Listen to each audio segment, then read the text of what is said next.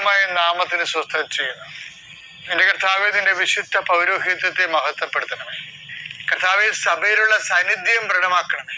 39 വർഷം ഞാൻ അർപ്പിച്ച കൃപാന്റെ യുഗതിയാൽ കൃപാസ്ഥാന ജീവനോടെ പ്രത്യക്ഷപ്പെട്ട പരിശുദ്ധയുടെ മാധ്യസ്ഥ ദൈവത്തിലെ നീ അനുഗ്രഹിക്കപ്പെടട്ടെ.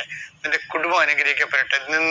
നിന്റെ യാത്ര, നിന്റെ ചിന്തകള്, നിന്റെ ആലോചനകള്, നീ എടുക്കുന്ന തീരുമാനങ്ങള് ദൈവത്തിലെ കർത്താവ് നിന്നെ ആസ്വദിക്കട്ടെ. കർത്താവ്, ത്വക്ക് രോഗങ്ങളുടെ അനുഭവമുണ്ട് കർത്താവ്. അതുപോലെ തന്നെ വിസർപ്പ രോഗങ്ങളുണ്ട് ഈശോയെ. അതുപോലെ തന്നെ അരസ്വസ്ഥ രോഗങ്ങളുണ്ട് ഈശോയെ. അതെല്ലാം വിശുദ്ധമായ കഴുകണമെന്ന് പ്രാർത്ഥിക്കുന്ന ഈശോയെ. കടങ്ങൾ, സാമ്പത്തിക ബാധ്യതകളായി വിഷമിക്കുന്ന മക്കളുണ്ട് ഈശോയെ. അവരെ സന്ധിക്കണമെന്ന് പ്രാർത്ഥിക്കുന്നു. കാശ് തട്ടിച്ചെടുത്തവരുണ്ട് ഈശോയെ. വഞ്ചിക്കപ്പെട്ടവരുണ്ട് ഈശോയെ. വ്യക്തികൾ കർത്താവെ, ഏറ്റവും അടുത്ത വ്യക്തികൾ അകാലത്തിൽ വിയോഗപ്പെട്ടതിൻ്റെ പേരിൽ കൈയും കായും അനങ്ങാത്ത എന്ത് ചെയ്യുമെന്ന് അറിയാൻ പാടാതെ കുഴങ്ങി മനസ്സ് ഇടിഞ്ഞിരിക്കുന്നവരുണ്ട് ഈശോയെ. അവരെല്ലാം നീ സന്ധിക്കണമെന്ന് പ്രാർത്ഥിക്കുന്നു. എൻ്റെ കർത്താവിൻ്റെ ഉന്നതമായ നാമത്തിൽ, സഭയുടെ അധികാരത്തിൽ, കുരിശിൻ്റെ അടയാളത്തിൽ ഇന്ന് നിന്റെ യാത്രകള്, ഇന്ന് നിന്റെ ചിന്തകള്, നിന്റെ സംസാരങ്ങള്, നിന്റെ ചെയ്തികള്, നിന്റെ എഴുത്തുകള്, തീരുമാനങ്ങള് കർത്താവ് ആശീർവദിക്കട്ടെ.